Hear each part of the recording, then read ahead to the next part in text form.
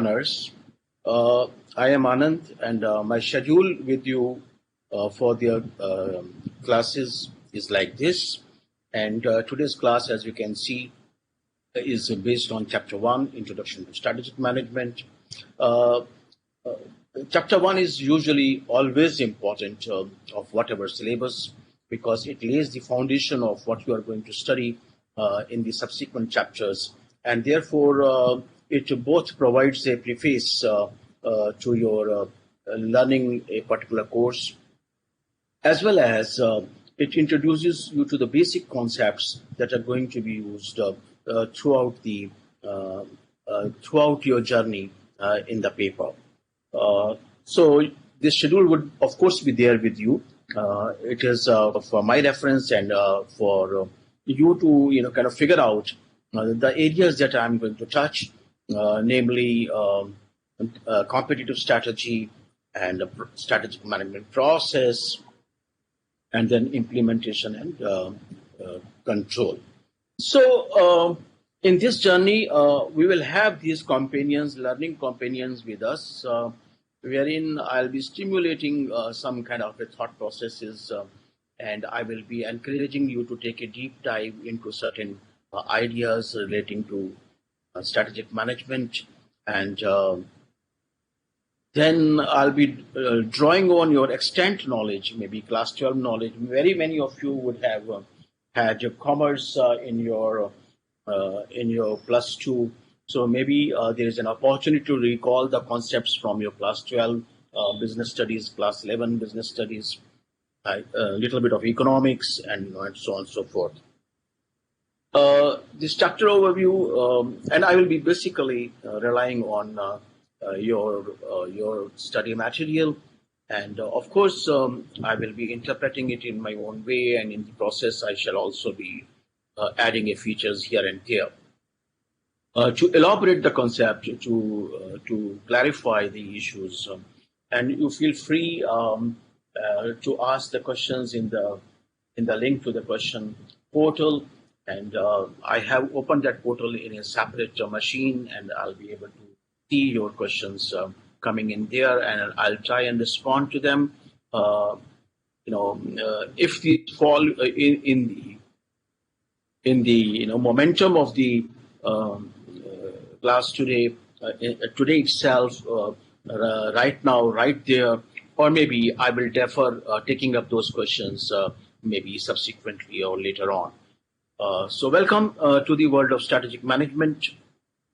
Although our sessions are divided into separate classes and so on, and so the subject is divided into chapters, let us also understand that everything falls in place together. So that is what we need to understand.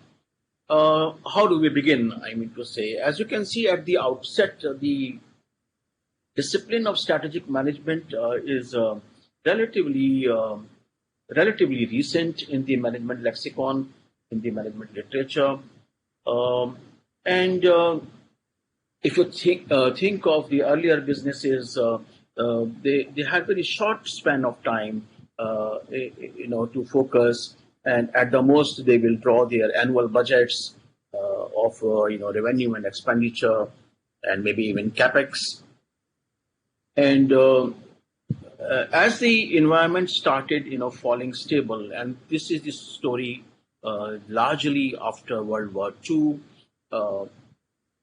So the company started taking a long-range view of their businesses, and accordingly started planning, 10-year hence and 15-year hence, and so on and so forth. The word strategic planning and the word strategic still had not, kind of figure in the management lexicon, because that if World War I showed the dominance of the British, World War II showed the dominance of the US. So once you operate from a dominant position, the US corporations, US multinational corporations could plan for long years ahead, and they had virtually no competition. It is essentially with the emergence of Japan as a competitor, and later on companies from the other parts of the world that there was a need to strategize, because now there was a competition, and now the companies had to really fight it out there at the marketplace with the companies originating from the other countries. And from planning to management, the journey is relatively simple to understand, because you don't need only planning. You need to implement the plans, and you need to evaluate whether the plan is on course and you have been able to realize your objectives. So I think, first of all, I would try to situate strategic management in the context of the definition of management itself and the common concerns that the management has, and how the concept of strategic management emerges and evolves from the concept of management. Quickly speaking, as you can see that on this screen on the right panel, I will elaborate the rest of the things kind of a little while from now. But if you look at the right panel on your screen, in a way we have trichotomized the discipline of management into three essential elements: the project, operations, and strategic. So much of the management is operations as we understand it, and the strategic management comes into prominence in view of the growing awareness of and sensitivity toward the context and the environment in which the business operates. So historically, if you were to look at the firm, it was a kind of a black box view, wherein there are inputs, throughputs, and outputs, and that's it. So a manufactory was like a big machine. So it will receive inputs and it will process those inputs and turn out the output. So there was little interaction, as if it were, with the business environment. But as the environment gets complicated, as the competition sat in, and the firms tended to internationalize, the importance of strategic management thus became more clear. So therefore, within the meaning of the concept of management, we find strategic management as that aspect of management that particularly focuses on the business environment, right? So operations management is about day-to-day operations within the firm. So it is a black box view of the firm. And project management comes into being whenever you are embarking upon a new product, a new market, and you are launching a project. You are launching that in a project mode. Before it becomes a regular mainstream operation within the firm. The yellow dots around are there to emphasize that there is a cycle. Whether we talk of project, or we talk of operations, or we talk of strategic management, there is a cycle that we plan, we implement, and we evaluate. And again, to draw on your class 12 understanding, especially for those who have availed of Vijeta, you will get today's PPT definitely. So you have to bear and with me, and after I am done with the session, the PPT would be uploaded, right? And so therefore, as far as Vibhuti's session, that I should have uploaded the notes, the PPT I will be uploading. But as far as notes are concerned, I think I'm essentially relying on your study material, and I shall be giving the supplements wherever on these slides. And when these slides become available to you, you will be able to access these as well. So linking it with your class 12 understanding that there is a management cycle of planning, implementation, and evaluation across project management, operations management, and strategic management. On the left panel, if you kind of try to focus, I have also tried to kind of rationalize the emergence of management as a discipline itself. And if you may see that we have tried to highlight the fact that modern enterprises, whether small or large, they are characterized by division of labor and specialization. Now, this leads to the problem of coordination, and for the resolution of the problem of coordination, management is essential. And generally, when we talk about management without any prefix, we are talking of operational management only. So all management books, therefore, are essentially, management of day-to-day functioning within the enterprises. When we prefix it with strategic, the strategic implies that there is a greater interaction with the environment, and the strategy planning, strategic implementation, and strategy evaluation happens with reference to the firm's environment.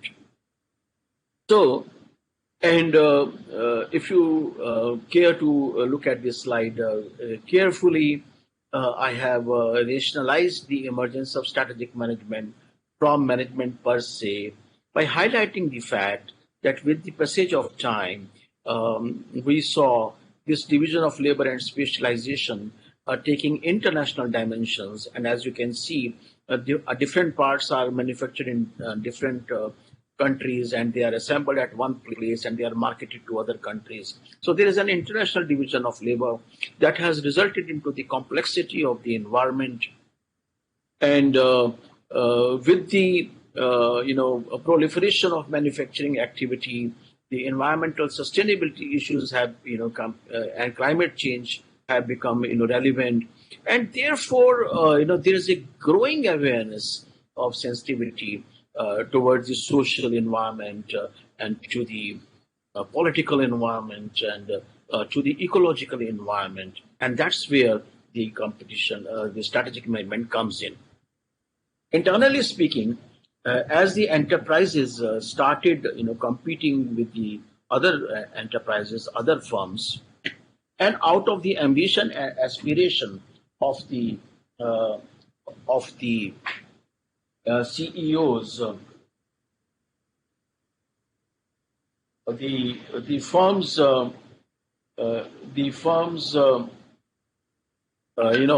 started strategizing, as if it were.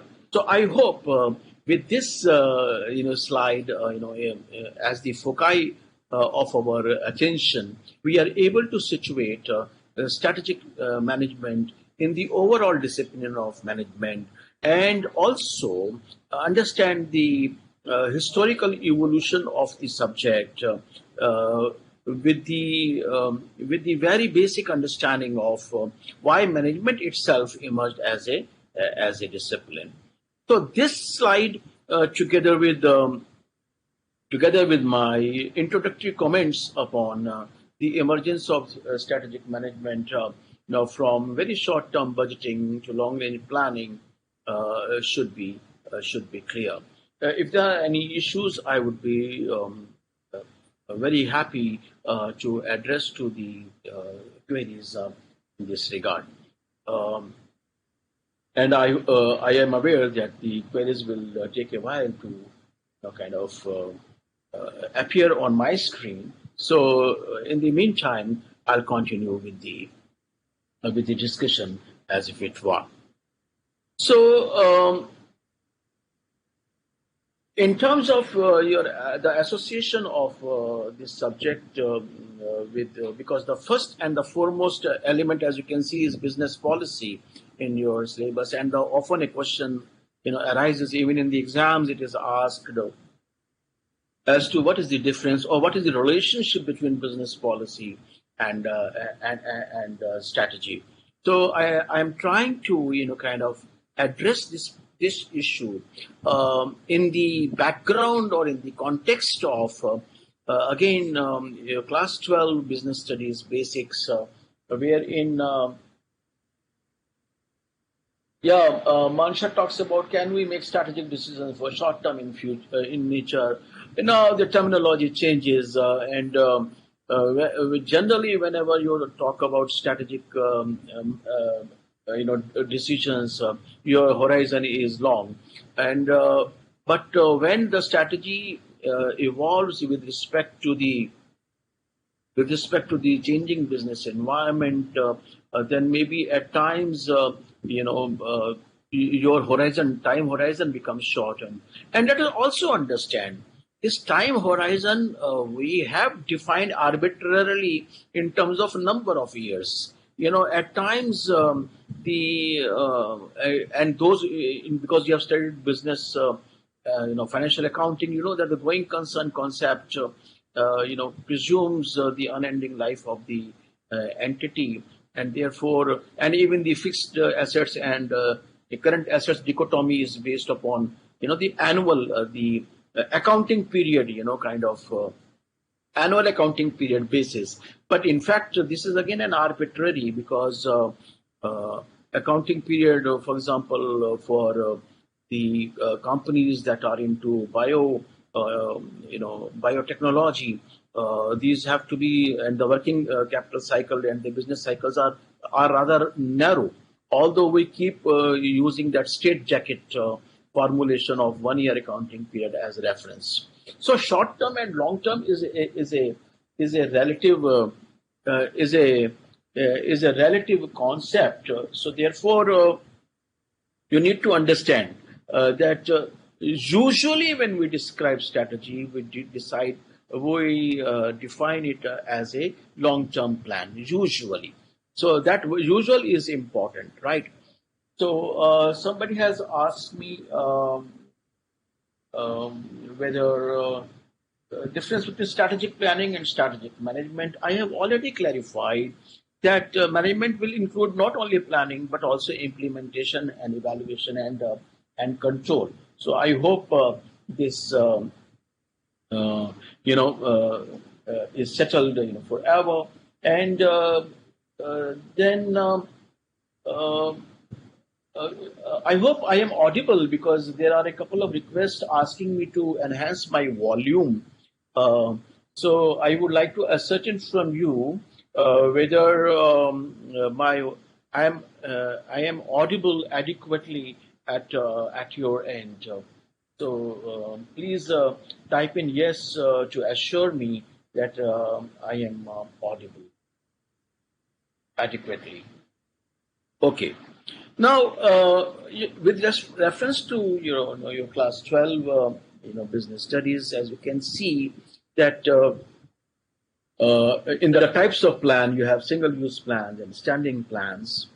And now I would encourage you to respond and tell me whether strategy is a standing or a single-use plan. You can take a time, while typing your answers. That will give me an idea as to whether we are on the same page and you're following, whatever is being discussed here.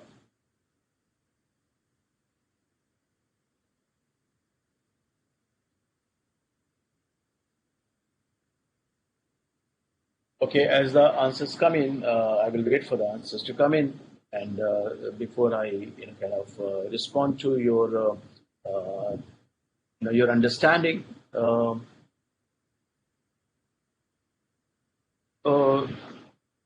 Rahul says that I am audible, but if it can be enhanced.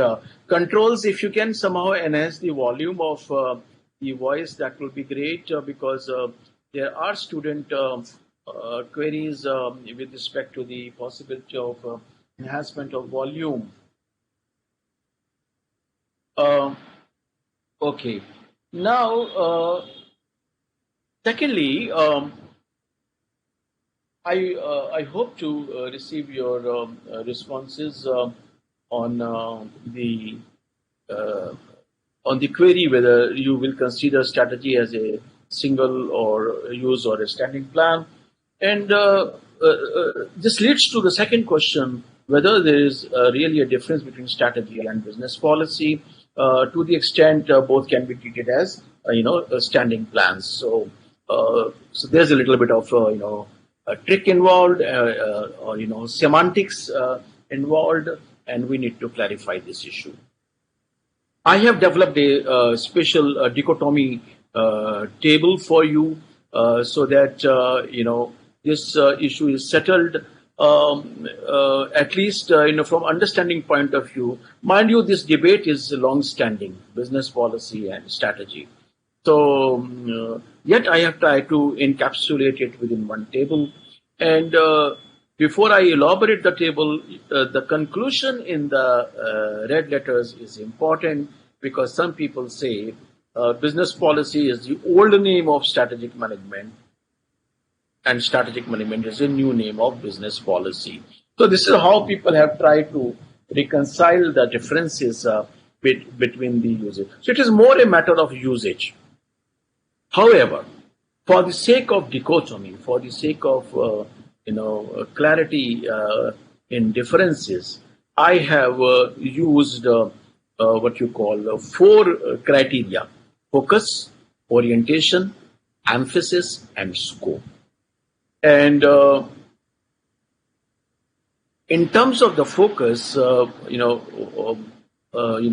pose it and I state that integrating knowledge gained in various functional areas. That means there are functional policies, and when all the functional policies, the knowledge of gained in functional policies is integrated for a business-wide, kind of a context, it becomes a business policy. So therefore, business policy is a policy for the business as a whole rather than any kind of a functional area. So I hope this kind of a clarifies. And focus of strategy, in contrast, is about achieving the fit between organizational capabilities and its environment. So I think if there's a single, expression or single phrase that distinguishes strategy from any other type of plan, is its focus on the business environment. So strategy, strategic planning, strategic management is all focused on the relationship between the firm and the environment in which it operates. And therefore, the second point of distinction emerges, and the point is that orientation of business policy is inward. So that is why if you look at your class 12 understanding of those who have studied commerce or business studies, policies are internal guides to decision, right? So the orientation of the policy is inward, whereas the orientation of strategy is outward. This is what we need to kind of understand. So even at the cost of repetition, I shall highlight the fact that strategy is distinguishable from all other types of plan with reference to its emphasis on the relationship between business and its environment. Hope it is clear. And as you can see that the emphasis of business policy is integrated approach to solve business-wide problems. So therefore, if you may recall again your class 12 management, you studied one management and then you studied financial management and marketing management, right? These are called functional management, and the management per se is referred to as general management. General management, and this general management becomes the concern of the top management. And therefore, at times you distinguish between administration and management by saying that administration is the concern of the top managers, whereas the management is the concern of middle level and lower level managers, right? So all these references are to highlight and to deepen your understanding of the differences in the term. So business policy therefore becomes a domain of general management, right? Overall management of the enterprise. So emphasis of business policy is on an integrated approach to solve business-wide problems, and the strategy draws its rationale from competition. As I said, strategy became relevant when the competition surfaced, and idea is to beat the competition. Idea is to turn out a superior performance than the competition. And uh, interestingly, although strategy derives its meaning from the competitive context in which the firm operates, if you have a little bit of background knowledge of economics, may I suggest that, for example, in perfect competition, there is a little opportunity for the firm to strategize because all the firms are alike. They are the price takers, and you know that in economics, in equilibrium, in the long run, all the firms are making normal profits, right? But strategy is about turning out supernormal profits, right? So therefore, strategy derives its meaning more in imperfect markets, monopolistic competition, wherein by adopting and by formulating and implementing superior strategy, you can beat the competition consistently. So emphasis of strategy, therefore, is relative performance, how the firm does better than the other firms, for example, in the industry. And scope, as I said, there are differing views. Your study material at, I think, page 1.3 says that business policy has a wider scope. It presents a framework for understanding strategic decision making in organizations. So, whereas there is a counter view, and as I said, this conflict of view has been there for quite some time and remains unsettled. And as I say, those who reconcile, they say business policy and strategic name, they virtually mean the same. So, but for the sake of dichotomy, there are some who says that strategy has a wider scope. So when it is inward focus, when it is looking at the inner environment of the firm, there is a reference to the policies of the firm. So I hope the foremost issue of your syllabus, that is the difference between business policy and the concept of strategy is clear. I have been able to situate strategic management within the concept of management, and I have highlighted the difference between management and planning with reference to the fact that management will include not only planning but also implementation and evaluation. So, therefore, we will now move to another important aspect of the syllabus, and in emphasis of what I have been saying, that it is with reference to the environment that we get the essence of strategy. And your book quotes Gulick and George, although it does not quote them fully.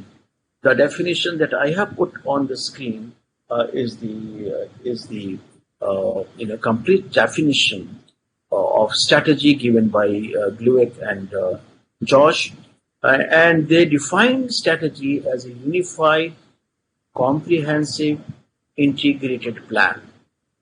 So they use in a way three adjectives: unified, comprehensive, and integrated plan. And that relates, at the point that I have been making throughout, strategic advantages of the firm to the challenges of the environment.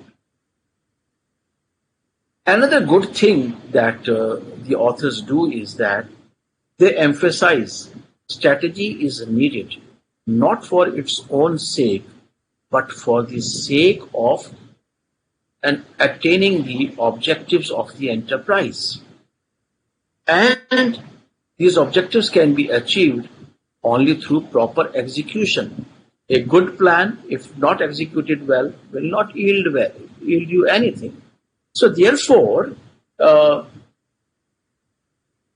so if at all I have to define if a particular decision is strategic or not, I have to see whether it is unified, it is in respect of the entire firm and all the elements of the firm, all the department, production, marketing, finance are in sync, are integrated, and therefore the impact of the decision will be on the entire firm, and this impact will be long term, sizable in terms of the cost involved, or the profit involved.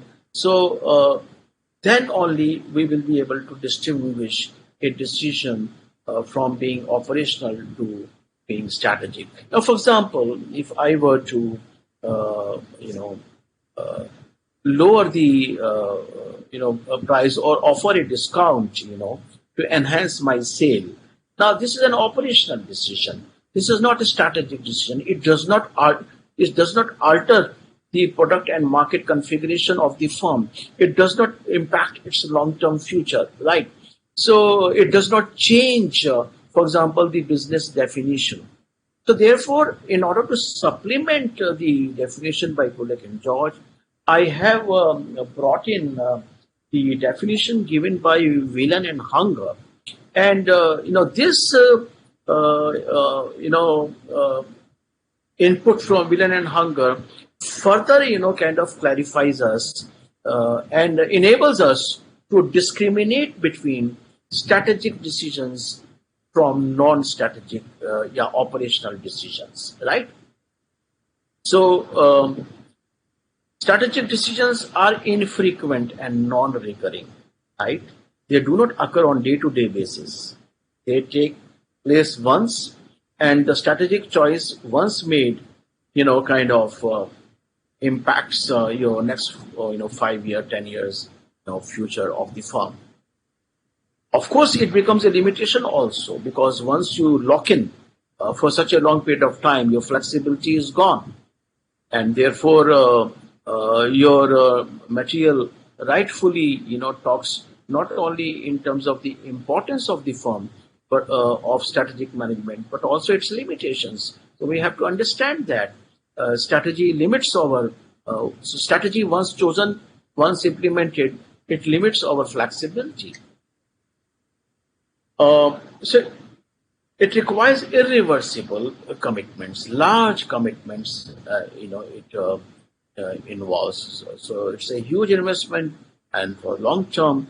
And the emphasis again relates the firm to its external environment. This is key to understanding your subject. So never ever lose sight of the fact that whenever we are talking of strategy, we are talking of environment. To emphasize this aspect even further, I have created another visual for you, that whenever we are talking of strategic management, we are referring to the context, the environment in which the strategy is being formulated, implemented, and in a way evaluated. Yes, strategic management is a process, and we saw that this process can be dichotomized into planning, implementation, and control. And then there will be some content of the strategy. After all, what is the particular strategy that we are going to use? For example, to enter a particular market. So there will be a content.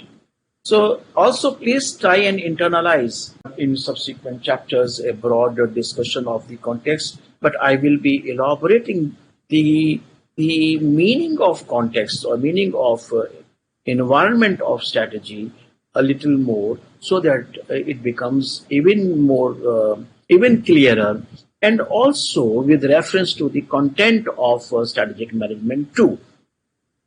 For this, of course, I will draw your attention to the and to another important aspect of your syllabus that is on the levels of strategic management. And your study material talks about 3 levels of strategic management: corporate level, business level, and functional level strategic management. Essential difference between corporate level and business level is this: that a corporation may actually be a multi-business entity. So therefore, now these businesses may be related with each other or may be unrelated with each other, but together these businesses contribute to the performance of the corporation as a whole, right? So therefore, the distinction between corporate level and business level. And if you are a single business firm, then most likely there is no dichotomy between corporate level and business level strategy, right? So the essence or the key to the difference between corporate level and business level strategy is whether you are talking about the corporation as a bundle or as a portfolio of various businesses, and whether your corporation is a multi-business entity. Look at diversified corporations such as HUL, Procter and Gamble, ITC. So these are fairly diversified, companies, and so there are several businesses that these companies are committed to. So, and each business operates in a separate industry, and therefore, each business, as if becomes more or less an autonomous unit, but to the extent they are a part of that corporate umbrella, the family, and they corporate to the corporate, risks and returns. We have to see how the business level strategies, measure up to the corporate level strategies. Now the functional level strategies. In fact, at times one wonders whether it is only, jargon or, terminology, or does it really have a meaning? Because if you look at, management literature, for example, the word strategic, is almost become, universal. Just as E or digital has become universal, just as the word international has become universal. What I'm trying to say, so you will find books on international management. So you will get books on strategic management. You will find books on international marketing management. You will find books on strategic financial management. Strategic operations management, international operations management. So these 3 prefixes, international, then digital, E for electronics, and strategic. These have become almost ubiquitous, prefixes to the domain of management. And interestingly, you also get these days, strategic, international business. So 2 prefixes are, being added to the concept. So, however, the existence of functional strategy and the existence of levels of the strategic management also implies another important, facet of strategic management. That, for example, and you can look at it in the terms of means, ends, chain, or pyramid. That the functional level strategies become instruments of realization of business level strategies, and the business level strategies become the means of realization of the corporate level strategies. So in a way, we can look at these as concentric circles, one contained in the other, and the upper level, for example, corporate level strategy, providing a context for business level strategy, and the business level strategy comprising the context of functional levels strategy. So the levels of strategy, these become important in this way, Of course, I have designed a couple of other slides for you to elaborate the levels of strategic management. But before that, because I brought in this slide with reference to the context and the business environment, what I wish to highlight the fact is, because throughout we have been saying again and again, strategy derives its meaning from the business environment. So whenever I look at the business environment, you know, uh, its scope changes with reference to the levels of strategy. So whenever I'm talking of corporate level strategy, I'm looking at the macro environment, demographic, economic, social, cultural, political, legal, technological, and ecological. And in the case of international, it will also become international demographics, international economic, international cross-cultural, and political, legal. For the business, for a specific business, the relevant external environment is the industry structure. As I said, a firm is a part of the industry. So the industry becomes the environment, relevant environment for the business. So therefore, when you do the business level strategy, your emphasis is on the in industry. And when you are talking about functional level strategy, we are looking at function specific markets and compliances and so on. Now, suppose you are talking about marketing strategy of the firm. Then what are you looking at? You are looking at the customer space. You are looking at, a typical marketing management takes place in, the three, forms, segmenting, targeting, and positioning. So you are looking at the typical market segment that you hope to serve. And therefore, I'm very happy Satish answered, Vaishnavi answered it correctly, that strategy is a standing plan. And then, Mohanta says it is a combination of both. Mohanta, no, I think we need to, state it correctly that, and Rohit is saying strategy is a single-use plan. Rohit, we need to correct the concept, and we have to say that. And it depends. It has become a cliche in management that everything depends.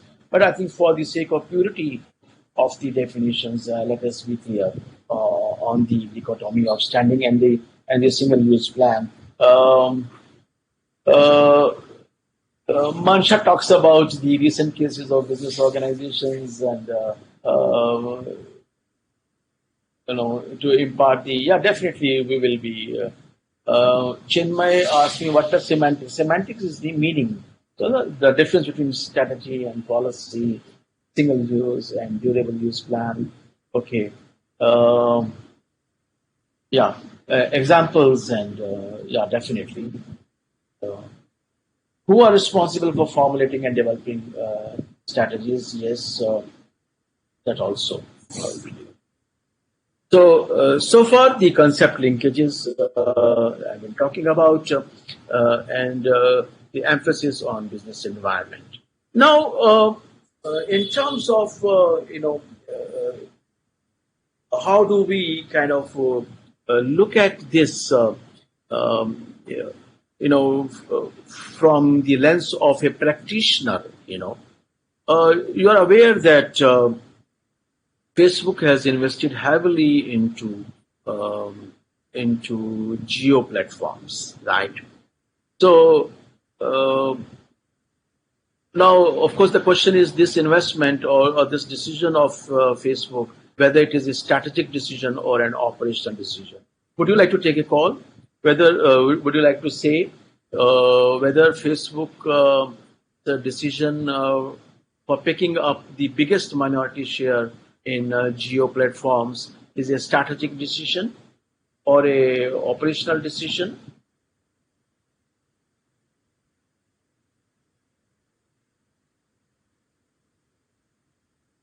Of course, there will be a lag in getting your answers. So we will definitely acknowledge those who get it right. And now, what are the dynamics? For example, what is the context in which this decision was, taken by Facebook? No, and what is the relevant business? And question is, what level of this strategy formulation is this? Is it a corporate level business strategy or a business level? For example, strategy. I hope from whatever discussion we have had so far, you will be in a position to categorically tell whether Facebook's decision is strategic or non-strategic. Number two, if it is a strategic decision, then does it imply a corporate level strategy? Or, Janvi is absolutely fine and spot on correct that it's a strategic decision. And it is quite very obvious it is a strategic decision. Rahul has stated it correctly. Rishabh from Mumbai has answered it correctly. Yogesh has answered from Andhra Pradesh has answered correctly, and Palak. And the second part, what level of strategic decision is this? Is it a corporate level or a business level strategic decision? Okay, it's a corporate level. It's a proprietary decision. It has to be taken at the highest echelons, in strategic apex, of the firm. And the counter party, that means the other party, that is involved in the decision making is Reliance Jio. So even from their end, it is the corporate level decision making, wherein the proprietary decision of forging an alliance with Facebook, WhatsApp, and Instagram. These three brands are in the same umbrella. Is taken. So therefore, the fact that and the environment, what is the relevant environment for the Facebook's strategic decision? Deepthi has referred to it as business policy. Deepthi, as I said, we need to distinguish between policy and strategy. And I think it is more appropriate in today to refer to these decisions as strategic decisions. Yeah, it is a corporate level strategy. Aditya has got it correct. And Megha from Patna has also got it correct. The point that I was talking was that what is the relevant external environment for Facebook's decision?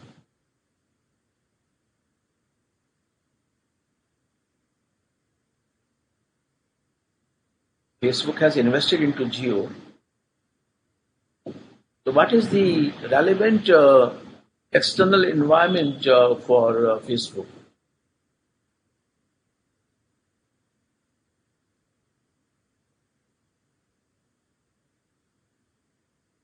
Macro or meso? Industry is meso. Meso means intermediate, or micro.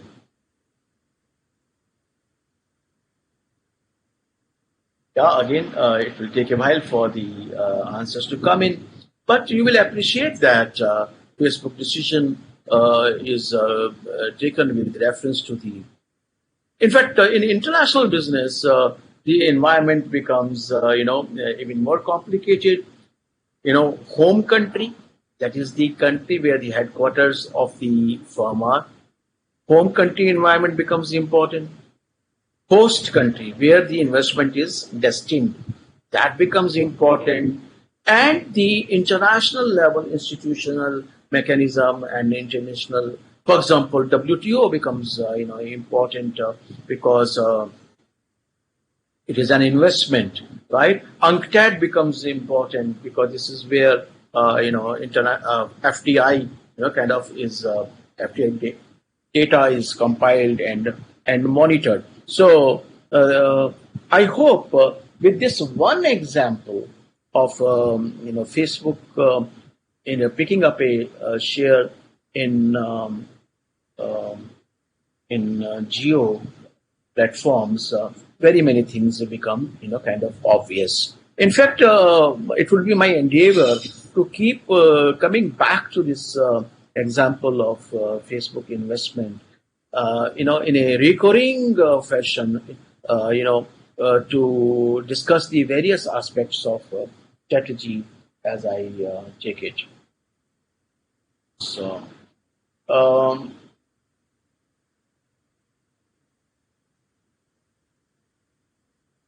Current says that Facebook is investing in one time, so why should not it be called a single use? No, Karan. Investment takes place one time, but the corresponding returns and the participation in the kind of governance of that investment is a continuing decision. It alters the Facebook's business definition, because now it has added one market to its kitty or its portfolio, that is India, right? So I hope this one time and single use and then durable use concept is clear. Okay. Yeah. You are very correct. Mansha talks about internal and external environment. I'm not as of now talking of internal environment. I just my question pertained to the aspect of external environment that corporate decisions pertain to. I hope it is clear. You are on board with me as far as uh, this understanding of strategy embedded in the context, is concerned. Okay, I have taken the idea of levels to even to a more dynamic theory of the firm. It's all just to build your understanding. Maybe it is not there in your study material, so maybe there may not be any question directly pertaining to this. But I hope and I feel that it is understand for you to look at the strategy levels also in this sense, in the dynamic sense of the evolution of the firm. And the dynamic sense of the evolution of the firm is that when you start off as a small business, you are a functional unit. There's production, marketing, finance, and you are a single business entity, right?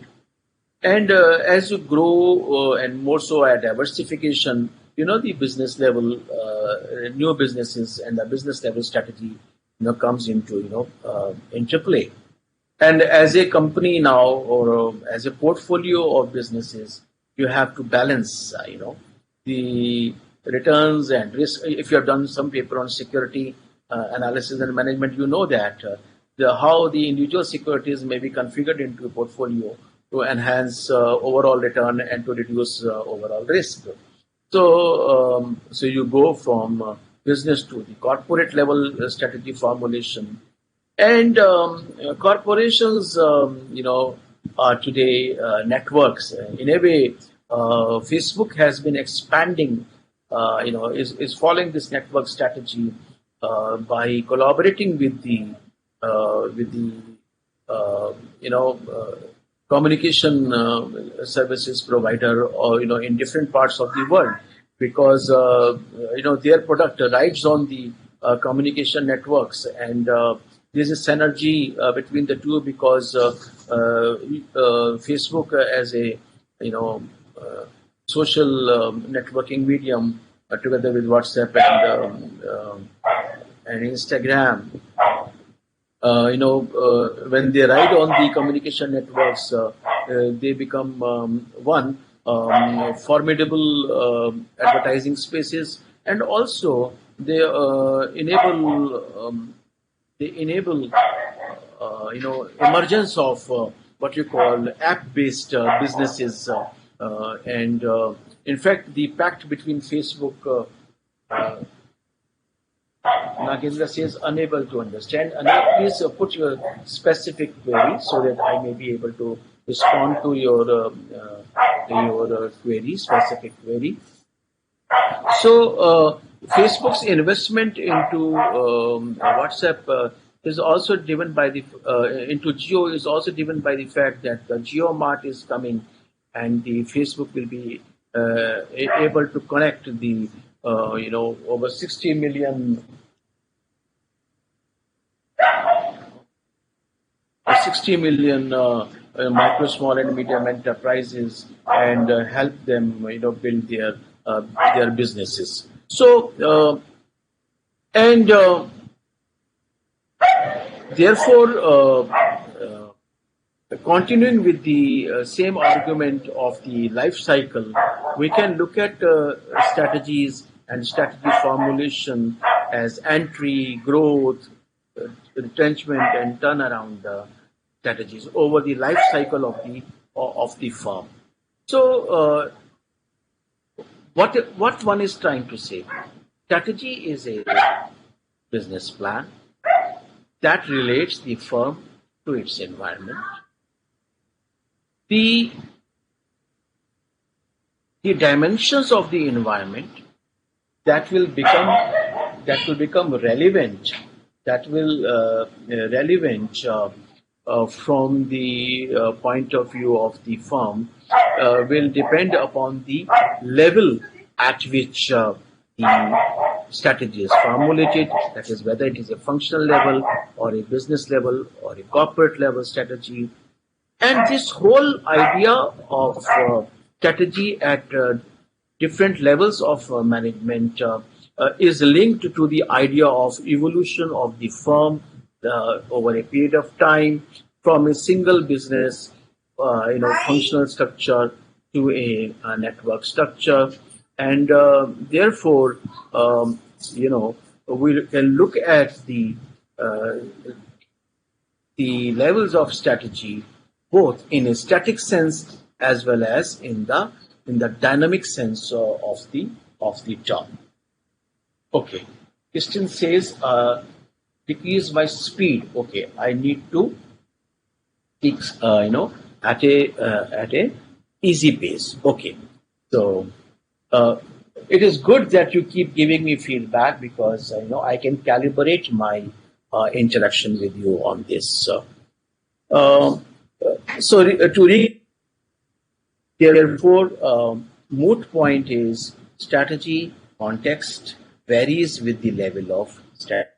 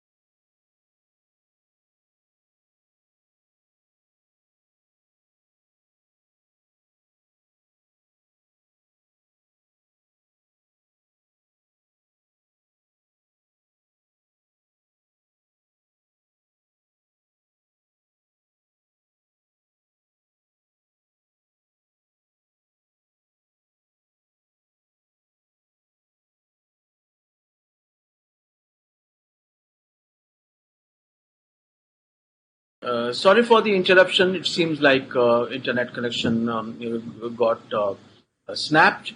Welcome back. And now we move on to another important facet of your syllabus and the important figure in your content at page 1.6, where we talk about the mode of formulation of strategy. And generally, in fact, almost in all the books on strategic management, the strategy is discussed as a plan. So we are talking of planned strategy, and therefore there is a strategic apex. There are top level managers, CEOs, and in today's context, even the board of directors are expected to participate in the strategy formulation and evaluation process. So they sit together and think of the strategy of the corporation. So it is planned, and those elements of the planning process, again linking it to your class 12. So planning is all about deciding in advance what is to be done, why it is to be done, who is going to do it, and so on and so forth. And it starts with the situation analysis. You look at the environment, and you also look at the firm's capabilities, and then accordingly you formulate as if it were a strategic plan. So as I said, almost all the books on strategic management are structured like this, and therefore even your study material is structured like this. So we are talking about strategic planning, that is about strategy formulation. We talk about strategy formulation at business level, and we are talking strategy formulation at corporate level, and then we talk about strategy implementation and strategy control. So it is also called as classical approach to strategy formulation, but of course this is not the only way strategies are formulated. And another approach that your study material beautifully captures is that rather than the cause of action for strategy lying at the end of the planners, strategy planners, or the managers, or the directors, the cause of action may lie by changing in the environment, and the strategy comes more in as adaptive reactions to the changing circumstances. Now, as I have just mentioned on the side plan, for example, the institute taking to online classes. Now, it is an adaptive reaction to the COVID-19, right? So here the environment has compelled us to take recourse to online teaching and learning, and maybe, and who knows, even online examination. So therefore, we need to understand that. So moreover, the relationship between firm and environment, is not of that of relative dominance or power play. It is iterative. So the firm seeks to influence the environment. It's a bilateral. The environment influences and shapes the strategy, and in this context, for example, so much so that at times there may not be any plan as such, yet a strategy emerges. And it is in this context that I have brought in a case scenario. Think of India's business houses after independence, right? And the nature of economy during that period of time. That industry was subject to regulation by the Industries Development and Regulation Act, and this was called License and Permit Raj. So there was no strategy. Whatever licenses you could obtain, you will start those businesses, diversify on those businesses. And in retrospect, I can say, oh, my strategy was diversification. Whereas actually it was not. I just, jumped onto whatever business opportunities came my way. And with the hindsight, I can say that no, it was a kind of a reactive strategy. It was a planned strategy. So, therefore, to my mind, this figure is very important. I have designed some elaborations of this figure to bring about a greater, clarification, among the learners and for your benefit. So, once again, as you can see, the strategy is a link between the firm and its environment, and therefore this relationship may be that the company is trying to shape the environment. The other could be the environment is shaping the company strategy. Again, this debate, whether strategy is environment shaping or is shaped by the environment, is a long-standing debate and unsettled debate as far as the strategic management goes. Of course, it would not be within the scope of the things here to enter into a prolonged discussion of this particular debate. However, again, in line with the majority is what every book follows strategy as a plan. So planned strategy. Uh, this whole idea is couched in the theory of reasoned behavior.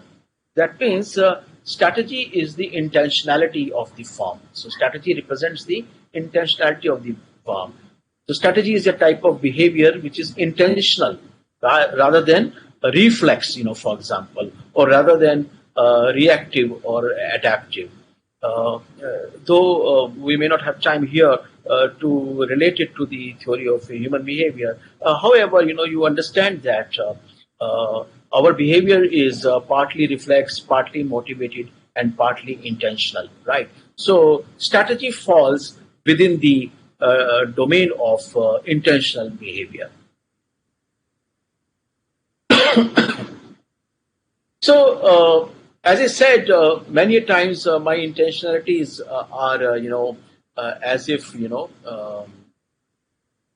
are obstructed by or are shaped by the changes in the environment. Now, think of the Chinese firms in India, right? Now, there is a policy push and an announcement on ban on Chinese apps, and their whole intentionality goes for a toss.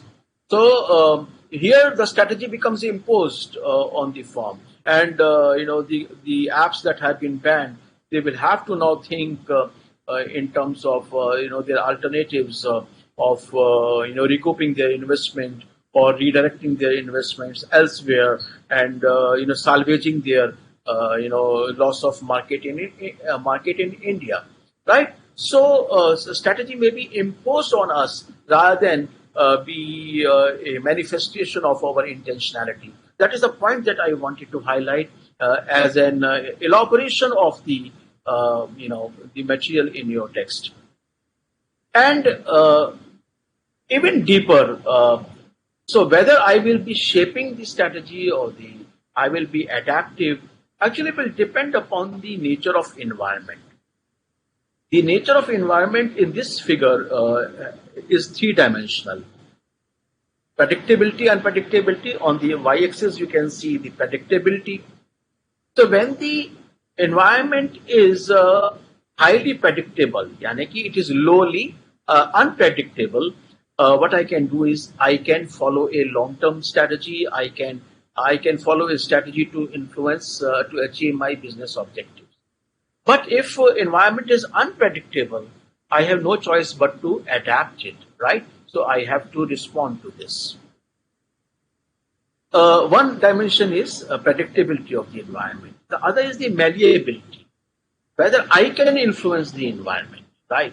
So if I can influence the environment, I will adopt a visionary approach. I will see 10 years hence, 15 years hence, and accordingly I will kind of formulate my strategy. And then harshness.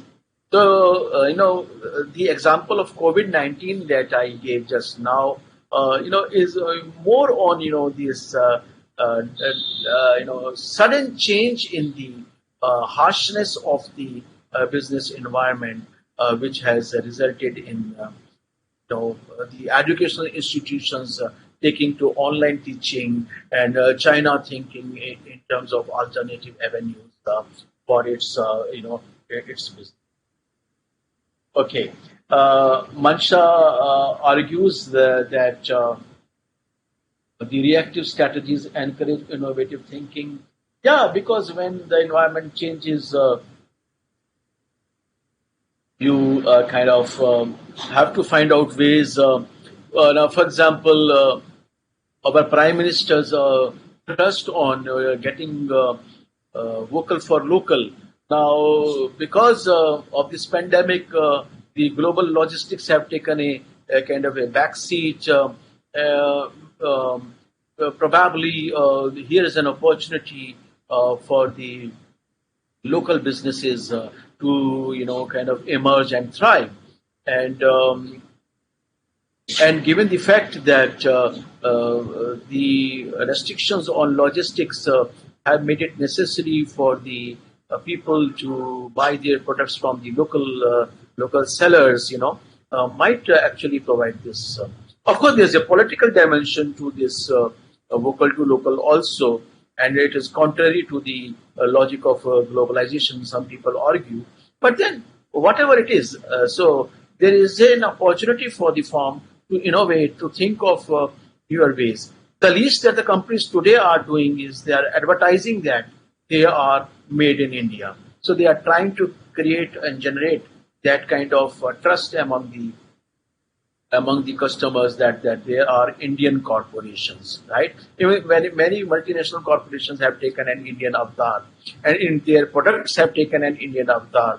For example, in reaction to Patanjali's onslaught in the FMCG sector, right? So therefore, as I said, whether the strategy, somebody has said, I think on the group also, that this, intended and adaptive, probably, there's an iteration going on, and just for the sake of theoretical clarity, we try to, emphasize strategy as a plan or strategy as an adaptation. But as I even at the cost of repetition, all content on strategic management follows a monotonous tone of strategy as a plan. So we plan, then we implement, and then we evaluate.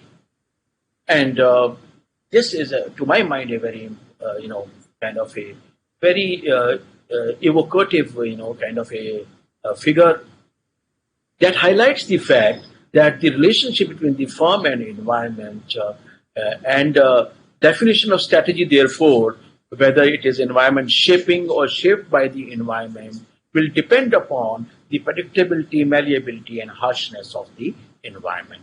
So I hope the idea is clear as far as this particular figure is concerned. I have to, within this session, focus also on, as you can see, the scope of strategic management, in the government and the not-for-profit organizations. I have already given an example of educational institutions taking onto online. So strategy management is relevant for all types of organizations, big or small, private or public, right, or even the NGO. In fact, you must appreciate the fact even the dichotomy between the commercial and the non-commercial enterprises is now thinning, because the focus now is not on profit but on purpose. So purposefulness has emerged, as a concept that is, blurring the boundaries between a for-profit organization and not for-profit organization, because all the organizations today are talking in terms of triple bottom line sustainability. Objective is not only prosperity or profitability, but also, adhere to the planetary concerns and also to serve the communities in which the business operates. So therefore, it is it would not be an exaggeration to simply state that strategic management is relevant for all types of organization. Now, you know, the question with respect to the governments, government departments, and government as in executive, what is the role of strategic thinking, strategic management in this? I will give you one or two examples, to emphasize the facts, in terms of how strategy may be relevant for the government sectors. One, government in business. So you know that the approach to the public sector enterprises has undergone a change, and now public sector enterprises are being, kind of governed through memorandum of understanding, and very many public sector enterprises, have been listed on the stock market, and so their business-like sense, has come in, and therefore the firms have to strategize with reference to that.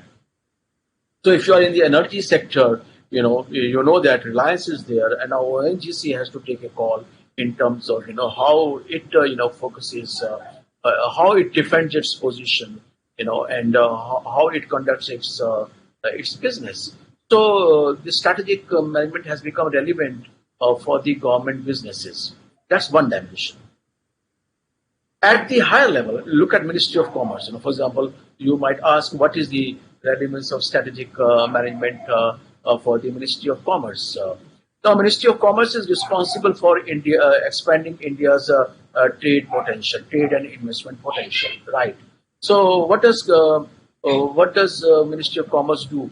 Of course, I will be highlighting it. Even Naina wants me to discuss three-dimensional diagram again. I will do that. The relevance of strategic management in the Ministry of Commerce. Ministry of Commerce, you will be studying it later, but I'm sure you are aware. Uses a kind of a Porter's framework and a BCG matrix to develop a country and product matrix. So, what are the key products, the export best areas of the country of India, and what are the key markets? And then, on the basis of this matrix, the Ministry of Commerce, chalks out its plan and for realizing the objectives of the trade policy. So I hope I have been able to therefore elaborate strategic management in not-for-profit organizations and the government organizations too. Radha asked me, how could be the strategic management not relevant for all types of? No, it is relevant, Radha. So I would endorse your point. It is definitely. It may definitely kind of relevant for all types of organization. Sanjay gives me a counter argument that vocal for local is not necessarily against globalization. Well, you might have a point, and actually, it might forge greater linkages with the world economy. But however, we must also understand that the globalization is a two-way process. It is not that I am aspiring to link with the with the world. I have also to accept and embrace the products and the technology and the investment from the other parts of the world. So I cannot only look at globalization from my own narrow perspective. The moment I look at it, I am parochial. I am xenophobic, right? And I am taking an anti-globalization stand, as if it were, by emphasizing this, which some of the loyalists to this vocal for local seem to have been suggesting, right? We seem to thrive in the fact, that Patanjali has taken on to global multinationals, Procter and Gamble, and Hindustan Unilever. I think this type of conversation, kind of weakens probably the intentionality of the government, that by being vocal for the local, we don't have to follow a parochial, a xenophobic attitude, but probably a more liberal and more global, outlook. And therefore, the cliche that what you call uh, uh, what you call local and global, जिसे कहते हैं glocal, the glocal concept is very relevant, wherein we are integrating the local with the global, and the global strategy itself is a very innovative strategy. For example, given by Bartlett and Ghoshal, wherein the companies take to local adaptation of their international products, the thing in which HUL specializes, right? It constantly adapts the products to the Indian conditions. The strategy that McDonald's followed in India, when it came to India, it came with the aloo tikki burger, which probably was not there in their product portfolio elsewhere, right? So global, that is thinking global and acting local, probably is the more appropriate mantra, which probably is reworded in the strategy being vocal for local. But as I said, some people have taken it as an anti-globalization stand. I hope this position is clear. I think the time for me now to move to the other aspects of your Unit 1 pertaining to the importance and the limitations, although these issues have, kind of come in between our discussion. Also, I would be happy to take up Naina's, query. She's from, I think, Washi, Mumbai, to take up this three-dimensional diagram once again, that talks about the triadic definition of business environment to define the relationship between the firm and its environment. I'm moving to that diagram once again for your benefit. As you can see, I will now be somewhat slow and more thorough in elaborating this diagram because it isn't here. So, if my environment malleability is low, that means I can't change it. And environment is certain. So, in that case, so its unpredictability is low. I can follow the classical strategy of planning, implementing, controlling. And my planning horizon can be long because unpredictability is. On the same dimension, when the unpredictability is high, environment is changing. There are two important dimensions of, environment which you would have probably studied in your security analysis paper if you ever had it. That is complexity and volatility. How complex, how one element of environment is intertwined with the other element of the environment. And volatility, how fast it is changing. So if environment is volatile, fast, then a long-term view of business, probably, is not, that much tenable. And I have to follow what you call a reactive strategy, kind of reactive strategy that we talked about. Come on the right quadrants, both the what you call northeast and southeast quadrants. And when I can shape the environment, and the environment is certain, so I can definitely follow what is called a visionary approach to. So I say that 20 years from now, the industry is going to be like this, and we are going to position our market, our firm in this way. And if you look at chairman's speeches into the, especially during 70s and 80s and so on and so forth, until the liberalization, privatization, kind of happened, you would see, and you will, eulogize your managers and the CEOs for their visionary leadership, because they dreamt and they realized their dreams.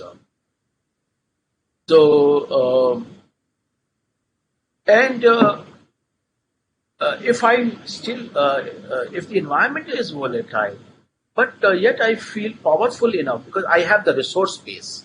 I have been constantly saying strategy is the outcome of not only environment and its volatility and complexity, but also my own strengths and weaknesses. But I am confident that I can kind of change it. Then I will indulge in a shaping strategy. Many a times new industries are built like this, and new markets are created like this. So therefore, for example, look at how the businesses, or the products undergo several avatars. Now look at, for example, detergent powder, Surf, right? And it was a premium product until Nirma came in. Then they brought in maybe Wheel to that, and then they moved further because they then the electronic what you call machines, washing machines came in.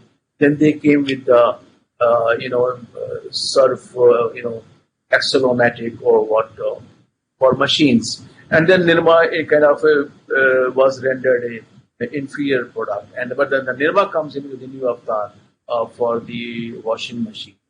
So therefore, as I said, in practice, I am both shaping, I am both and shaped by the environmental changes.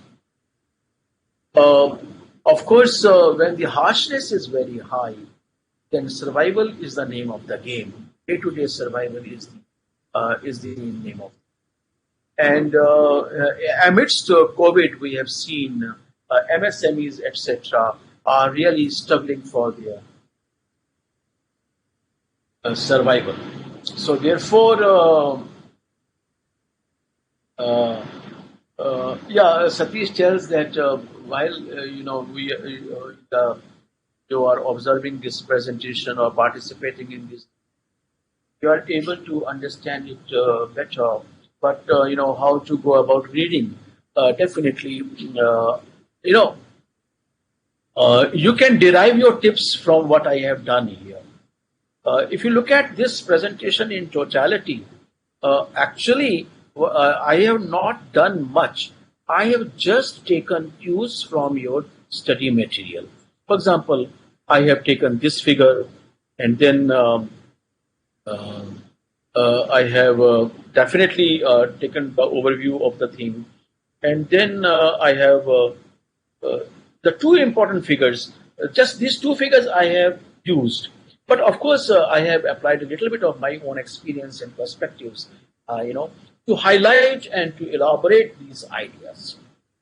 So Satish and other learners, even while you are reading the study material, please, accept this fact that strategy is a function of the firm and its environment. The moment you recognize this, all other things fall in place.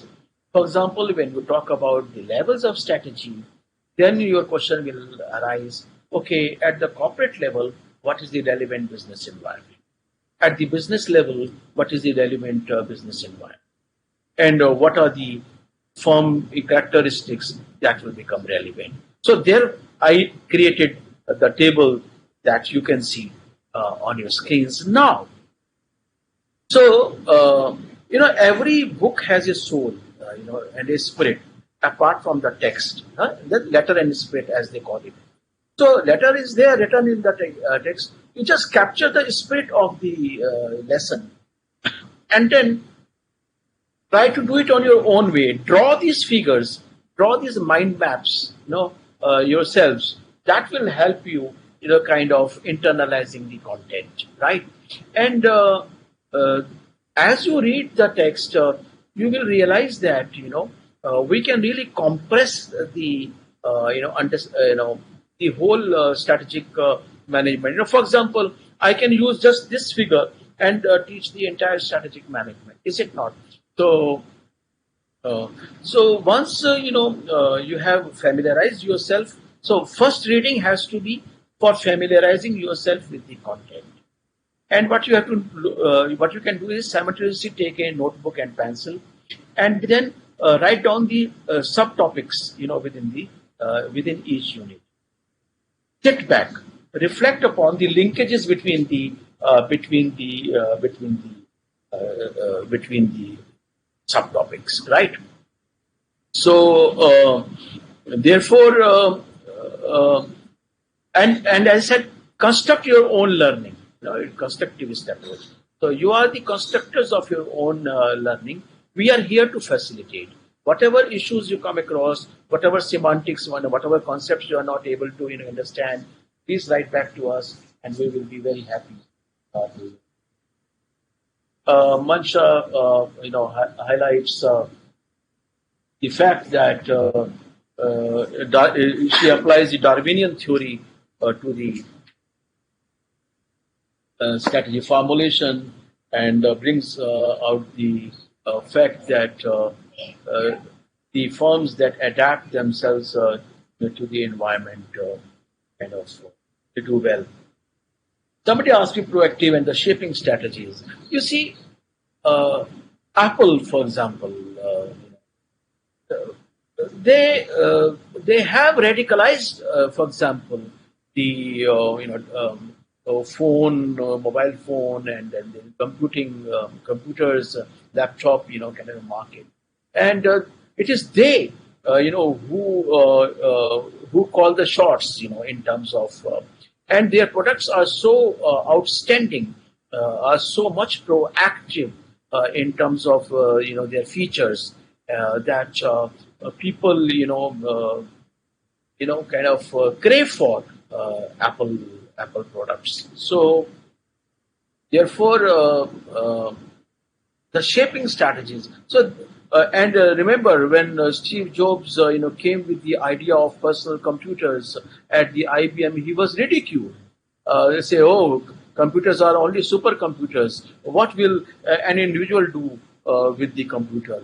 And now you see that you are not only talking of the laptops, you are talking of palm tops, and even the phones, the mobile phones have undergone an avatar of becoming a computer, becoming a machine. And now the businesses are being conducted on the mobile phones.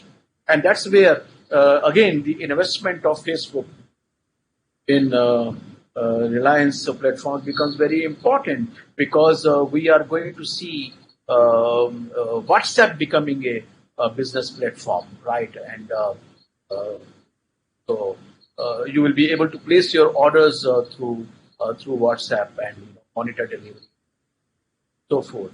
So therefore, you will find umpteen examples, of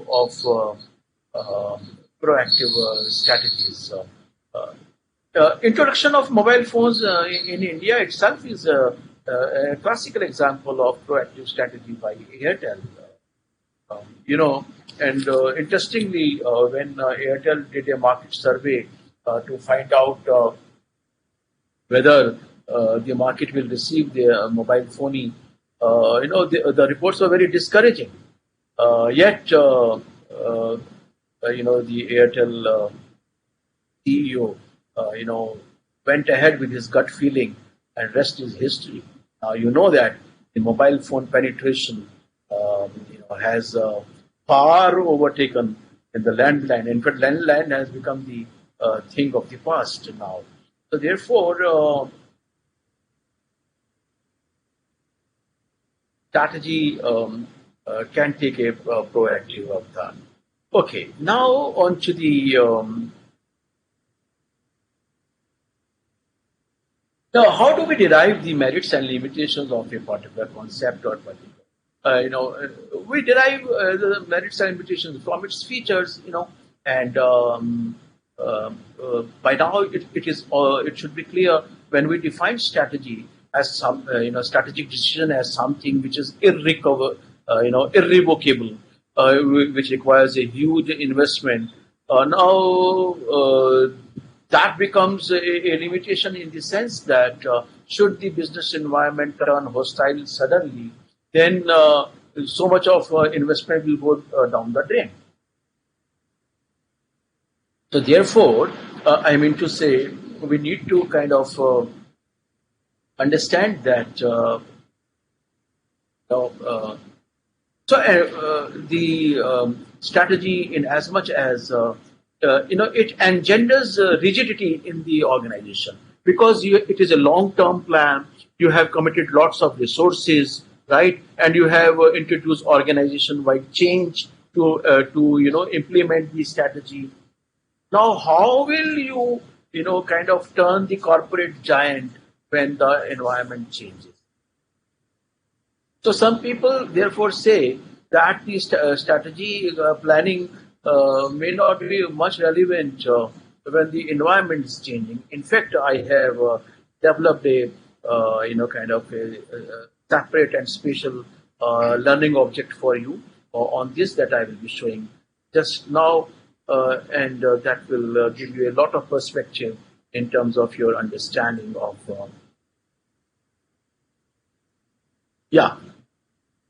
So when the environment is changing very fast, this is Peter Drucker. If you have heard of Peter Drucker, the management thinker, he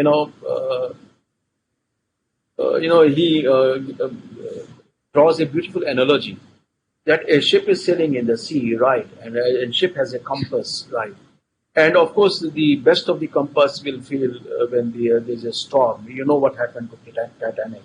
Now the question arises: do we drop the compass from the design of the ship, or we improve it even further and we develop what you call AWACS, early warning, systems and radars to capture the impending changes in the environment, so that we can prepare, predict, and do well in this environment. So these limitations of strategic management are not what you call unsurpassable. These can be overcome. And how? By sharpening our strategic management acumen, by investing in our, by stimulating thinking, among the managers, by focusing on the conceptual skills of the managers, right? Not only the doing skills, the technical skills, but also thinking skills. And of course, as for the investment lock-in, because as I said, the strategy involves greater investment. Now, business managers innovate, and what they do is that they spread the risk of this investment, say by inviting partners. Jio invited a partner, Facebook, or Facebook took Jio as a partner. So Jio's platform and Facebook's connecting, kind of app. And that's how, when you collaborate, you are able to diffuse the risks of. Let us understand. We talk about strategy, and we said the strategy is all about, generating above normal returns. Face it, along with the returns, there is a risk. So, management, the strategic management, the art of management and the science of management will lie in not only hoping to leverage those returns above normal returns, but also mitigating risks, diffusing the risks. And this risk in part can be diffused by forging the alliances, strategic alliances and building networks, with the other firms. So I hope with this you are fairly clear in terms of the limitations of the strategic management. Of course, this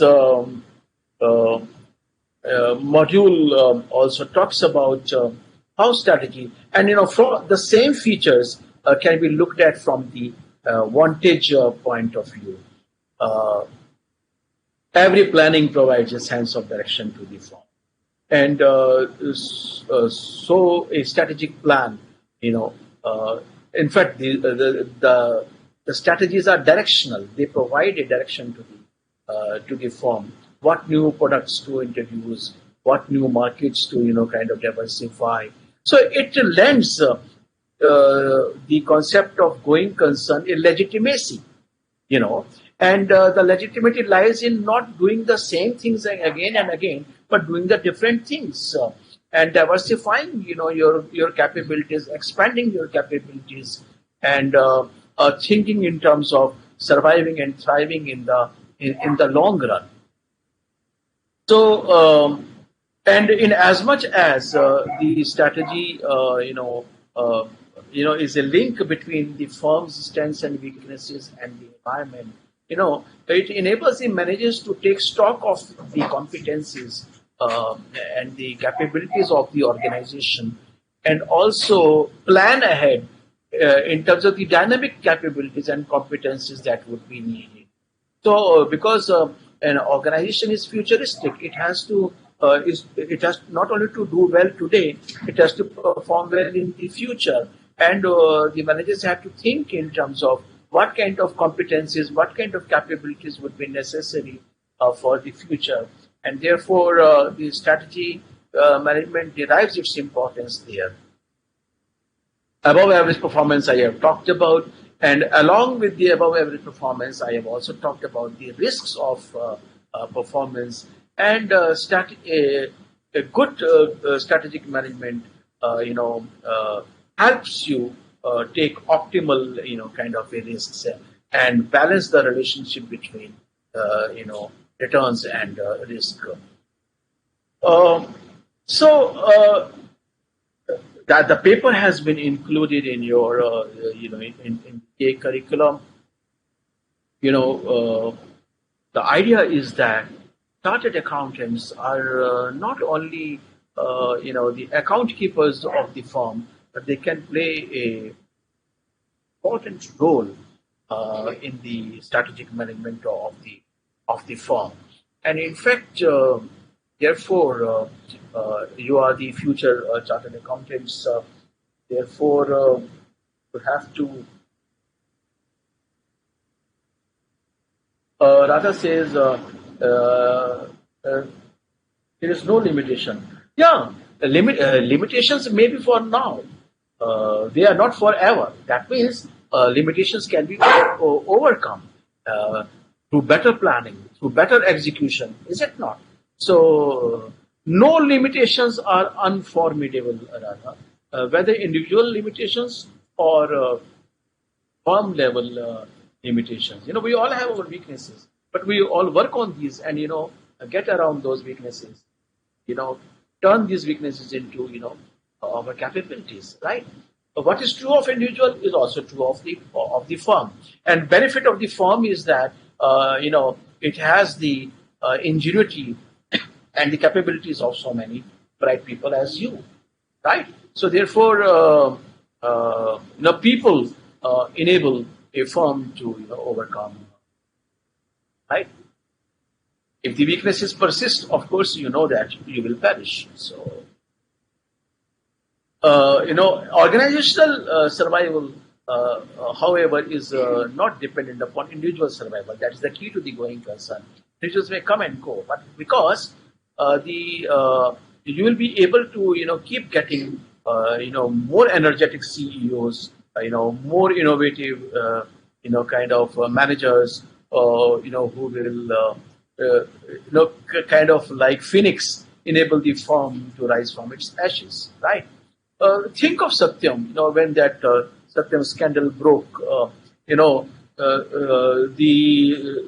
the share prices nosedive, and everybody wrote off Satyam. Now that it is gone, and probably it is gone for forever.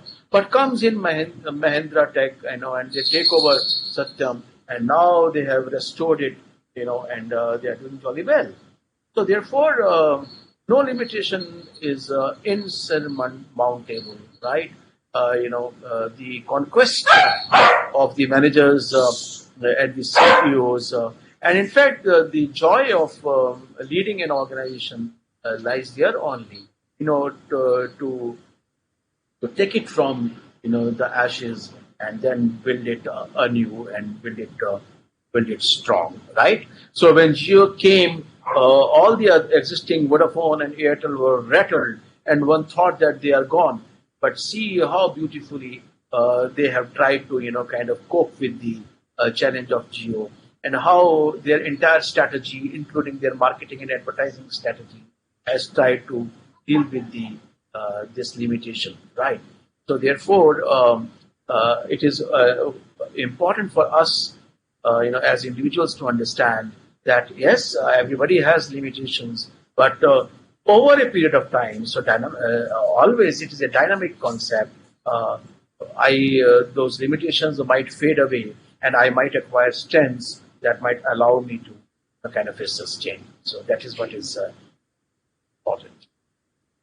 So now, you can have a 5 minute break and raise, issues arising from this particular, and then I will further, give you ideas from this. And as I said, that the syllabus is divided into chapters or units, but you can also look at it as a unified whole, and therefore what you learn in unit 1 will be relevant for you in unit 2, 3, 4, and so on. For example, in most management books today, planning and control chapter happens simultaneously. Whereas our traditional conventional knowledge tells me planning is the first function and controlling end function. But then we know that the relationship between planning and controlling is such that the planning provides the standards against which to benchmark the performance and therefore observe the deviations and take the corrective actions. So therefore, it is important for you as learners of management and strategic management to develop this holistic understanding of management as a kind of a continuous process of planning, implementing, and evaluating. And to the extent it is a continuous, circular, cyclical process, it is not necessary. Although conventionally books are written like that, I might start with a chapter on planning, then I might come onto the chapter of organizing, and then directing and controlling. I might start from anywhere. For example, in organizing, you begin with the objectives. Where do the objectives come from? Planning, right? In controlling, you begin with the objectives. Where do the objectives come from? Planning, right? So therefore, management is an iterative process. As I am planning, I am thinking of implementation. I am also building in control measures for effective performance. So I will give you a 5 minute break to think through my interaction with you so far, and kind of formulate your questions and queries that I will be very happy to take up in whatever time we are left with in this particular unit.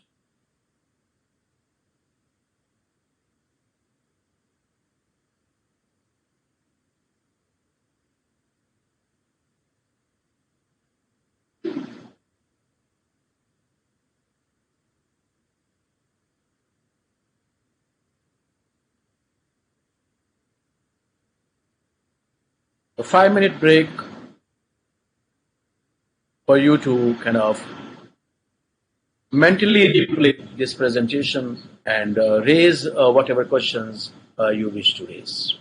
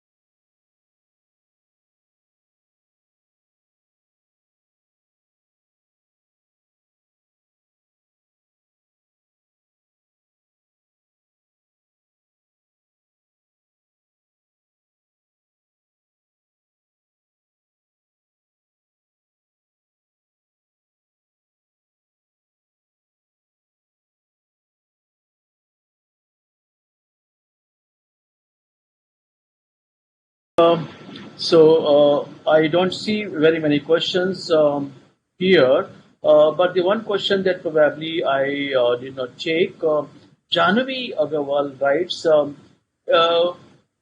that it is said that if our strategy is a reactive strategy, it is not good. Not really, Janvi. We are not ascribing any value to the modes of strategy.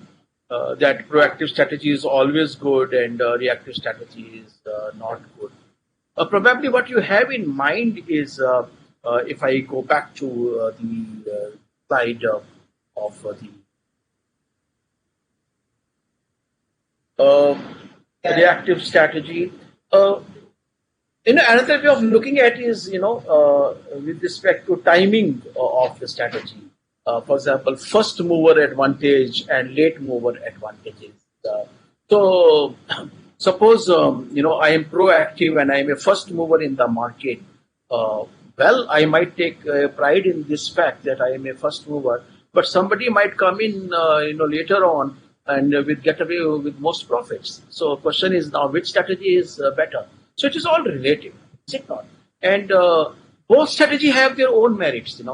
If I convert your question of the distinction between planned strategy and reactive strategy to first mover strategy and late mover strategy, in terms of the entry strategies. If you remember, I talked about the strategy, also along with the life cycle of the firm. So I compared it with the game of chess. There's an opening game, there's a middle game, and then there's an end game. And I need to strategize well in all the three, kind of phases of the game.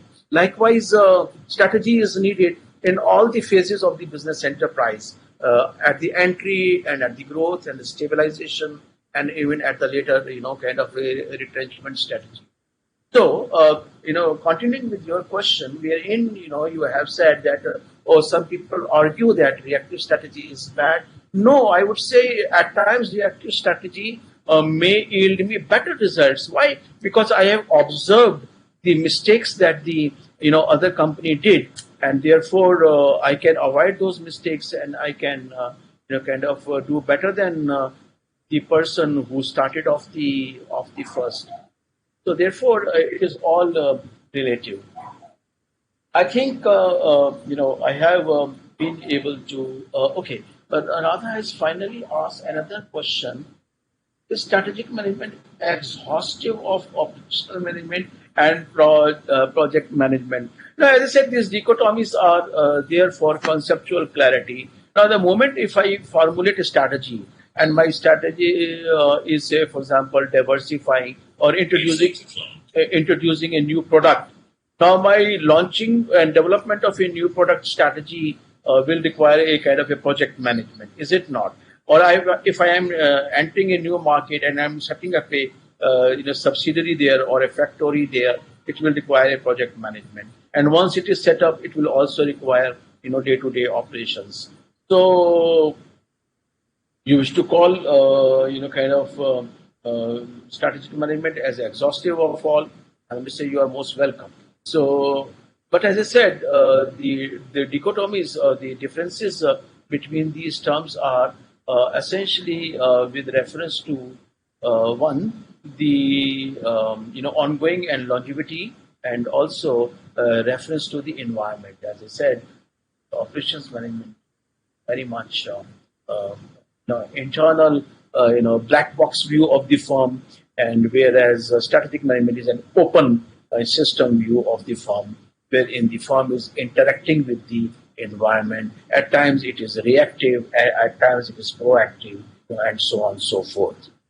Okay, now the absence of questions, from you gives me an opportunity to enable you to delve deeper into the issue of strategy formulation and the three-dimensional figure that I showed to you, and kind of further drive home the point that look, the strategic management, the different forms of strategy formulation, maybe a planned strategy, a reactive strategy, may be adopted in the different phases of organizational evolution. Now, the figure might appear complex to you, but when I explain it, I'm sure you will be able to get a sense out of it. And the figure is like this. So the the idea is that when I I am a business startup and I am thinking of just surviving in the environment and with a me too kind of a approach. So and I wait for the market's reaction to my products if my product is innovative, and then I adapt to the market's reaction and further develop my kind of product. And when my product is stabilized in the market, I start thinking in terms of thinking big, scaling up my investments, and leveraging the initial success into a big a kind of a boom and bonus for myself.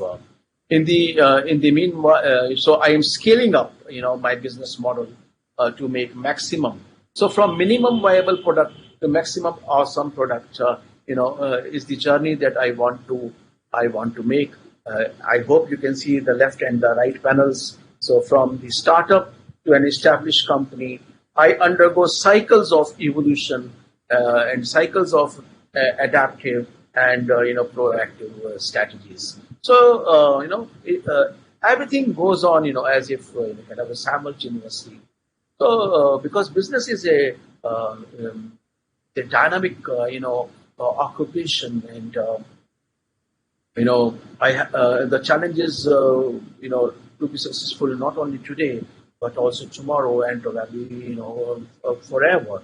So therefore, this dynamic relationship between business and environment through adaptation and proactive behaviors kind of keeps going. So different approaches in the different stages of the evolution of the firm. So at times environment may turn. It is like aircraft. Initial thrust is required. Huge thrust is required, and once you are airborne, you are stable, right? So then suppose there is a volatility in the skies, right? The skies turn turbulent. Again, you have to adjust, and you have to ensure that you are stable and you are flying, and you do not fall down, right? And like aeroplane, these forces, several forces are acting on the farm. For example, for an aeroplane, what are the forces? The force of the thrust, you are trying to push ahead, and then the force of the drag, because for every reaction there is action, there is a reaction. Then the force of the lift and the force of the pulling down. You are trying to balance these four forces. I can visualize a kind of a force field in which a business finds itself in practice. So at times the business surges ahead with its proactive strategies, and when the environments take hostile, at times it takes a backseat, tries to adjust to new environment, and brings about changes in the product. And these things can happen at various levels, at the functional level.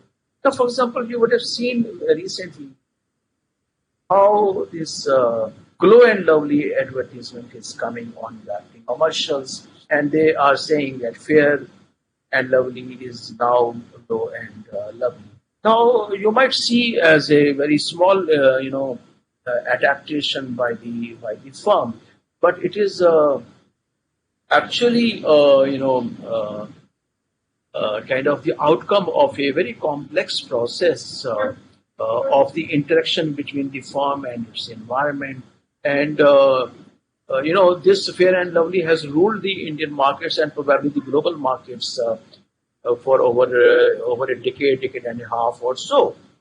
But what has happened is that of late, kind of the color shaming, has been taken up very seriously by the by the activists, and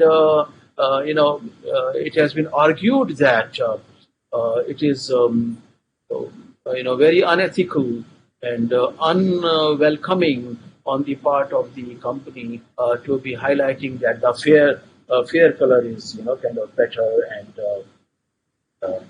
then what you call the brown and the black color. So all colors are welcome. So the concept of diversity and inclusion comes into On the other hand, the research has shown that actually these cream do not lead into fairness. So, so prolonged research and experiments across the populations have shown that these creams do not have any impact on the skin color.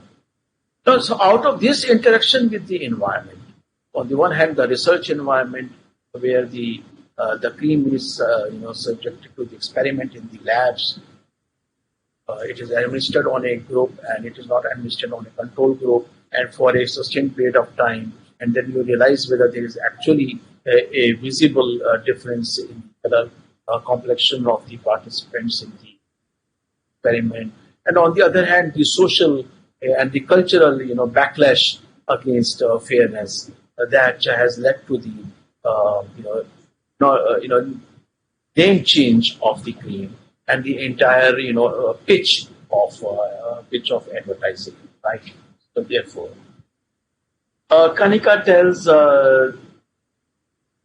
Marsha argues that it does not change the mindset of the people. Yes, however, the company kind of becomes a part of the movement that is about making this skin color irrelevant. So it is your talents, your capabilities that lead you places, not your skin color. So we are. The company becomes a part of that, people and the argumentation that the talent matters, not the skin color. Another Kanika says that I should be simply focusing on study material. Yes, Kanika, I have drawn on your study material. But what I have done in the process is that I have elaborated it wherever I felt the necessity of clarifying the concepts so that you are able to understand your study material better. So, of course, I will take your suggestion, and maybe what I will do is that simultaneously I will stimulate you and encourage you reading from the text.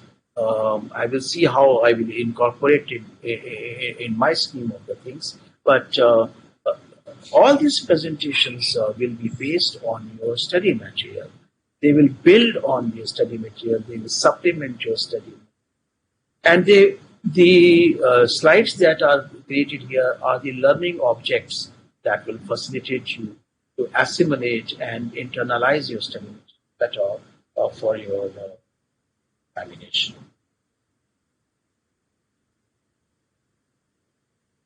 This move of Fair and Lovely to Blue and Lovely is obviously reactive, Janvi, right?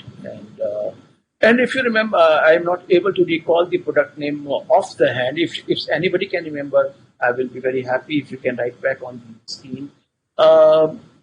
There was another brand of the cream,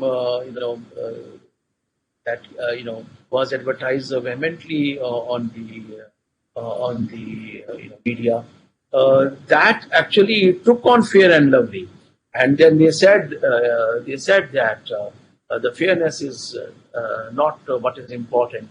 Is for example, the glow of the personality that is important, and it was not a big company. It was a small company that took on to the might of the Hindustan Unilever, and and they attracted a fair amount of that advertisement attracted fair amount of attention from the audiences.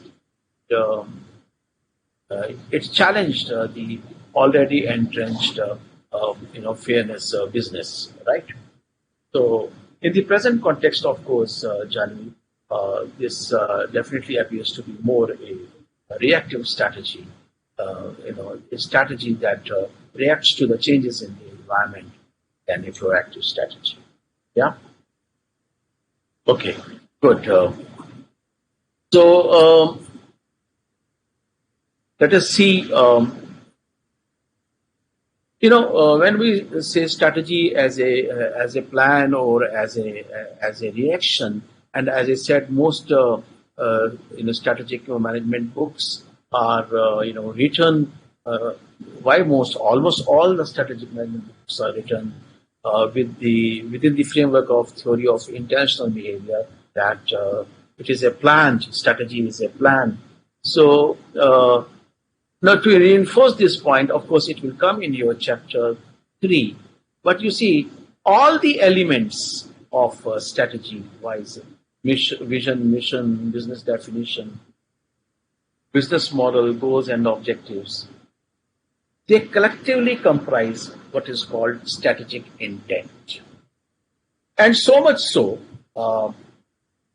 if I can quickly add a slide to it and then make this argument even deeper. So you can clearly see a kind of a pyramid of what you call means ends chain, wherein what you call the for example your what you call individual goals or targets lead up to what you call departmental objectives, and then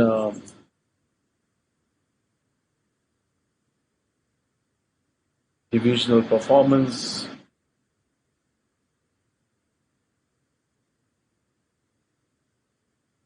And to the realization of what we call corporate vision and mission. So, as if there becomes what may be referred to as kind of a means ends kind of chain, right? So one level serves as the means for the attainment of the objective of the kind of next higher level, and so on and so forth. So, and in fact, it is the same point that I highlighted, that how my functional strategies might become the means of attaining my business level strategies. Business level strategies might become the means of attaining my corporate objective. Again, to go back to your Facebook example that I had taken up. When the Facebook chooses to invest in Geo, it is a corporate level strategy. No, and look how of late Facebook and WhatsApp advertisements have started surfacing on Indian television by highlighting the connectedness aspect of Facebook and WhatsApp. Now, this is how your advertising strategy or marketing strategy is trying to help the Facebook to realize its corporate level strategy of collaborating with or entering into what you call strategic arrangements with the network partners. Is it not? So therefore, and this entire argument, whether the function level strategy is leading to the higher attainment of the higher order strategies of business level and then corporate level, and then this means ends chain in the form of goals, objectives, and divisional performance and vision and mission, and be it this kind of articulation of corporate intent. All these follow the same pattern. The pattern is what? Strategy is a plan. And therefore, This approach to strategy formulation continues to dominate all management curriculum, although research has shown that it is not the only way. There is I'm sure you would have heard of a very prominent management thinker called Mintzberg, who who has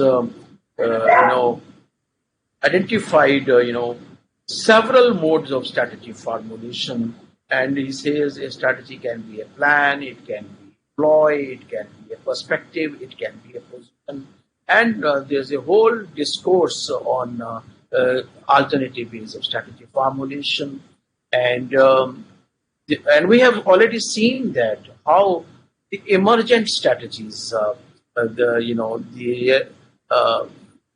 how the kind of unexpected at times influences of the environment and also mid-course correction by the firm brings about a deviation between the intended strategy and the realized strategy, because you have to do a course correction. For example, McDonald says, okay, I am going to penetrate the Indian market. They come into the Indian market, right, with their existing products because they want to sell the global products into the Indian market. But then they realize that there are products that are manufactured in beef tallow are resisted in the Indian market because Indians respect cow, and they resist animal oil being used as a medium of preparing the dishes. So what they do a course correction, and they come out with not only a aloo tikki burger, but also they take recourse to vegetable oil cooking. So your realized strategy has become very intended strategy, and we have to therefore accept the fact of this. Radha asks about the strategic intent. As I said, what is intention? Strategic intent is a deliberative behavior at the end of the form. It is a deliberate. As I said, shall I say it?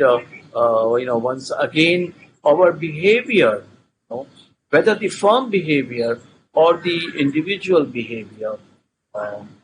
I will try and increase the font size so that you can, because I am now taking it off from the play or to the slideshow from the normal slide. The firm behavior, and as I said, like even individual behavior. So I'm developing an analogy between organismic behavior and organizational behavior, as if it were. This can be reflective, right? And this can be a motivated behavior. This can be learned, adaptive behavior. I make a mistake, and I learn from my mistakes, and I accordingly modify my my behavior, and so it may be therefore reasoned and intentional behavior. Because there's I think 5-7 minutes to me, and I have situated strategy as a plan within the framework of intentional behavior.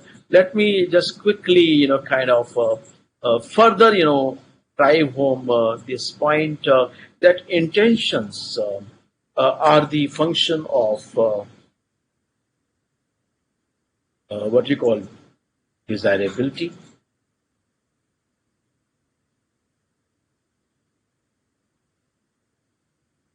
You want to become a chartered accountant. That's why you are pursuing chartered accountancy. It's an intentional behavior, desirability, and you feel it desirable. Maybe you are attracted by the status of the and the payoffs to the chartered accountant. You feel it desirable. And you also look inward, feasibility, whether you will be able to pull it off, or not. So likewise, strategy as an intentional behavior is driven by the desirability, whether there is an opportunity in the environment or there is an adverse change in the environment, so compelling a reason for the firm to engage in a particular type of behavior. And the feasibility of behavior is determined by the firm's characteristics, firm's capabilities, firm's resources, firm's competencies. So, you know, just as somebody had said that we consider proactive behavior superior and reactive behavior as kind of reactive behavior as inferior. This we have this notion. Now, for example, we say that man is the creator of his destiny, rather than man is the prisoner or a victim of the destiny. So, and this debate also, whether the destiny or the environment shapes us into what we are and how we do, or it is we who shape the environment. And you know what is the normal tendency? When we are successful, we say we did it. And when we receive a setback, we say our environment had turned hostile. Likewise, companies also do this. When the companies do not, perform well, when the companies do not well, they would like to ascribe it to the hostile business environment. And when they become successful, they would like to ascribe it to their the success to the vision of the CEO, and they will eulogize the top management. So these ascriptions or attribution of the behavior notwithstanding, as I said, we are both doing kind of adaptive as well as intentional behaviors. So very important for us, and that's why I always say that the first chapter of any syllabus is the foundation. And if my foundation is strong, my concept clarity is there, my perspective clarity is there. Rest I am able to understand very fast, and I am able to place the content in the right slots. The entire syllabus and entire study material progresses with the strategy as an intentional behavior, and therefore, as a function of desirability and feasibility, which in strategic language is called, desirability and feasibility comes from the environmental opportunities and threats, and the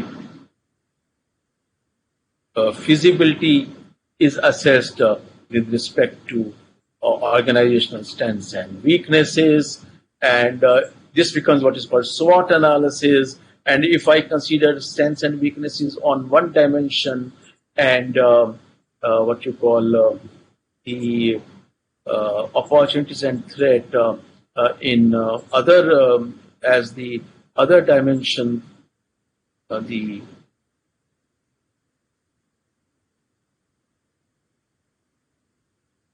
then I get a 2x2 matrix, as you can see here, and I can look at my strategic alternatives into 4, right?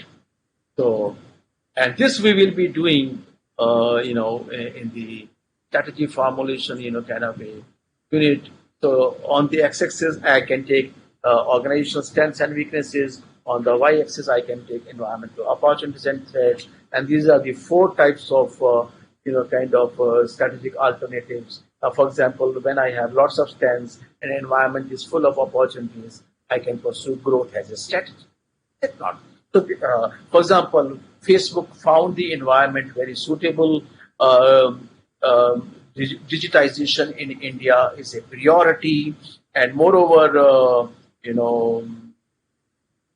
this geopolitical situation where some Chinese apps, etc., have been banned, American companies clearly can see a lot of opportunity, and and then a lot of online trading and buying is going to happen because of the lockdown situation, and this will become a habit. The lockdown is not a kind of a one-off event, leading to, for example, online teaching and it goes to online shopping. It is going to stay with us, and even when the pandemic is resolved and we are able to kind of immune ourselves with it, I'm sure the advantages of this online kind of are going to stay, and we will see online will be blended with offline for greater effectiveness, both in education as well as when. I have 2 minutes to left. If there are any quick, Sanjay has observed the graphic of ambidexterity principle seems to be circular. Yes, I have already said that different phases of organization, because an organization will always be throwing up new products and exploring new markets, and maybe in a new market it starts from where from the scratch or from the drawing board, and that's where the organizations keep on introducing new products and new markets, so that always they remain green, they remain young, because and that is the difference between organismic life and the organizational life. An organization can keep renewing itself, and therefore I can always be at the growth stage, because some of my products might be in the decline stage, but I have introduced the products recently that have attained the growth trajectory. So that is the art of strategic management, and we will deal with this more when we kind of explore deeper into the other chapters of strategic management. I think I should rest my discussion here, and I wish you happy learning, and I will be coming out with more strategies for you to be conversant with your study material, so that your learning is effective in terms of not only how you score in your exams, but also how you wear the hat of a strategic thinker. Thank you so much.